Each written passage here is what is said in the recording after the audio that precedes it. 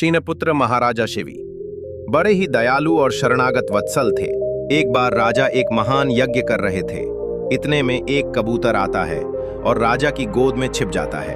पीछे से एक विशाल बाज वहां आता है और राजा से कहता है, राजन, मैंने तो सुना था आप बड़े ही धर्मनिष्ठ राजा हैं, फिर आज धर्म विरुद्ध आचरण को कर रहे हैं। ये कबूतर मेरा आहार है और आप मुझसे मेरा आहार छीन रहे हैं। इतने में कबूतर राजा से कहता है, महाराज, मैं इस बात से डरकर आपकी शरण में आया हूं, मेरे प्राणों की रक्षा कीजिए महाराज। राजा धर्म संकट में पड़ जाते हैं, पर राजा अपनी बुद्धि और विवेक का प्रयोग करके कहते हैं, तुमसे डरकर यह कबूतर प्राण रक्षा के लिए मेरी शरण में आया है, इसलिए शरण में आए हुए इस कबूतर का मैं त्याग नहीं कर सकता, क्योंकि जो लोग शरणागत की रक्षा नहीं करते उनका कहीं भी कल्याण नहीं होता।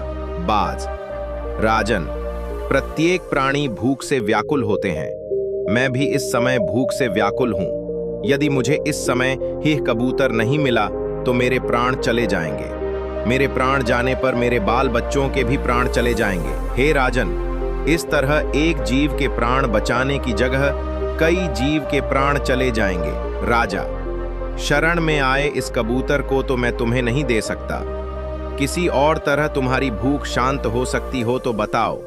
मैं अपना पूरा राज तुम्हें दे सकता हूँ, पूरे राज का आहार तुम्हें दे सकता हूँ, अपना सब कुछ तुम्हें दे सकता हूँ, पर हे कबूतर तुम्हें नहीं दे सकता। बाज, हे राजन, यदि आपका इस कबूतर पर इतना ही प्रेम है तो इस कबूतर के ठीक बराबर का तौलकर आप अपना मांस मुझे दे दीजिए, मैं अधिक नहीं चाहता। राजा, तुमने बड़ी कृपा की, तुम जितना चाहो उतना मांस मैं देने को तैयार हूं।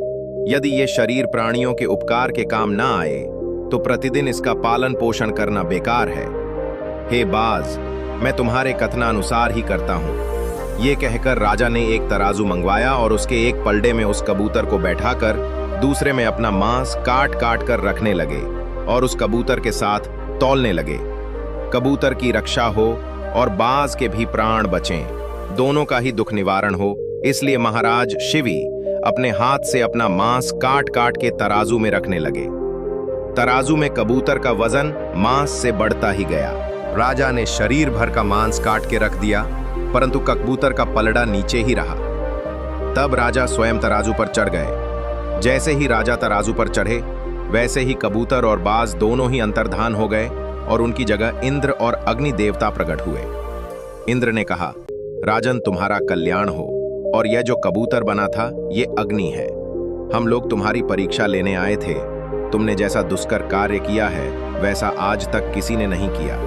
जो मनुष्य अपने प्राणों को त्याग कर भी दूसरे के प्राणों की रक्षा करता है वह परम धाम को प्राप्त करता है। अपना पेट भरने के लिए तो पशु भी जीते हैं, पर प्रशंसा के योग्य जीवन तो उन लोगों का है जो दूसरों के लिए जीते हैं। इंद्र ने राजा को वरदान देते हुए कहा, तुम चिरकाल तक दिव्य रूप धारण करके पृथ्वी का पालन कर अंत में भगवान के ब्रह्मलोक में जाओगे। इतना कहकर वे दोनों अंतर्धान हो गए। दोस्तों, भारत वह भूमि है जहां राजा शिवी और दधीची जैसे लोग अवतरित हुए हैं, जिन्होंने परोपकार के लिए अपना जिंदा शरीर दान दे दिया। और एक हम लोग हैं, जिंदा की तो बात छोड़िए, मरने के बाद भी अंगदान नहीं करते। दोस्तों, मरने के बाद ये शरीर कूड़ा हो जाता है, उसमें से बदबू उठने लगती है। घर और परिवारी जन जल्द से जल्द उसे घर से बाहर ले जाते हैं। अगर वह शरीर काम का होता तो वह उसको जलाते या गाड़ते क्यों? पर आपके लिए जो काम का नहीं है वो किसी को जीवन दे सकता है, किसी को रोशनी दे सकता है और मेडिकल साइंस को एक नई दिशा दे सकता है। और ऐसा तब हो सकता है जब आप इस मृत शरीर को दान करें। इसलिए दोस्तों, अब समय आ गया है अंत्येष्टि क्रिया को बदलने का और अंग दान कर परोपकार के भागीदार बनने का। कृपया इस बात पर विचार करें और अपना निर्णय लें।